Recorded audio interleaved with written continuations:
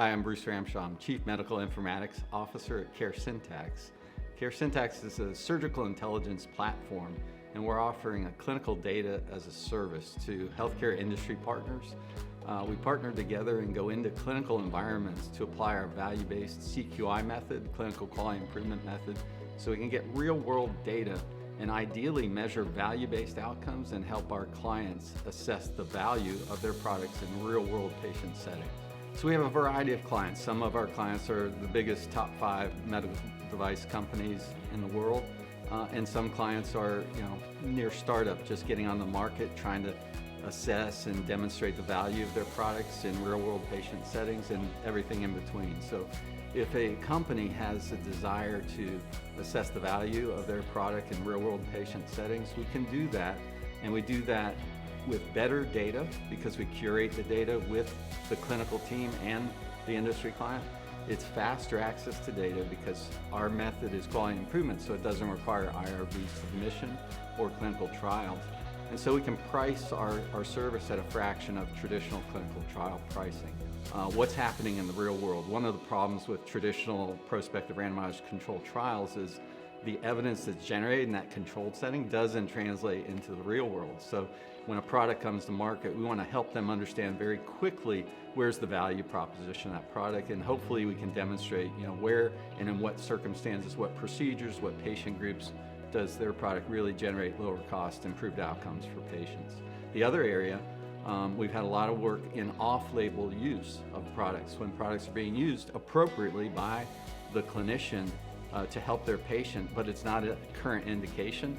We've had 2 successful FDA approvals to award new 510Ks for expanded indication, a removal of contraindications using only our CQI method, which again doesn't require IRB submission or clinical trials. So we kind of had the validation with the FDA that our method is high quality in terms of not just patient outcomes and demonstrating value for the client, but also for regulatory processes. I think what we're doing is helping to really apply systems and data science principles to healthcare. We haven't been using data science appropriately. Healthcare is still mainly functioning under what's called reductionist science, and what we see is incredible fragmentation, variable quality, and until we apply systems and data science principles appropriately, we're going to have an unsustainable healthcare system. So what we're doing is helping to facilitate that by building in our platform a data and analytics infrastructure that's built for the entire patient process. That's the shift. Right now, all of our healthcare function is in fragmentation, fragmented. There's the clinic EMR, there's the hospital EMR, the OR functions separately from the ED, and nobody has really built the data around the patient process, and that's what we do. In the next couple of years, we are going to have a data and analytics platform that can be automated. Acquisition of data, cleaning of data, analysis of data, visualization of data. We're teaching data science to healthcare and clinicians, and with that automated platform, we'll be able to make this a part of every patient care process for each clinician.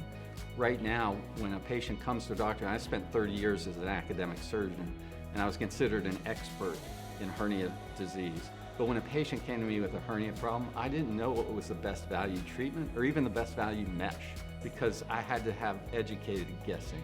With the appropriate data and analytics infrastructure into healthcare, we can generate predictive algorithms or the predictive probabilities of which patient is going to have best value treatment of the options that are available. And it'll give us probabilities of which treatment is most likely to be most valuable, and which treatment is going to be potentially most harmful.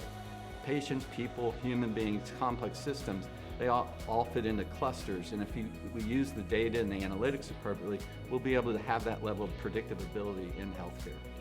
Our mission is pretty simple, and that we're functioning under a scientific paradigm called reductionism that's not valid in the real world. What we need to see happen is this scientific paradigm shift to systems and data science so that we can have a sustainable healthcare system globally.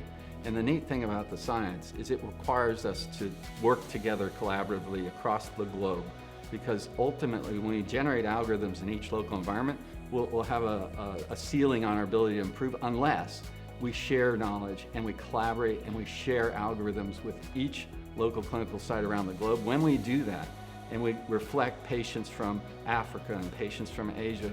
When we network those algorithms, we have the highest predictive ability, and we can achieve the ongoing success of lowering costs, improving outcomes, and seeing a sustainable healthcare system globally.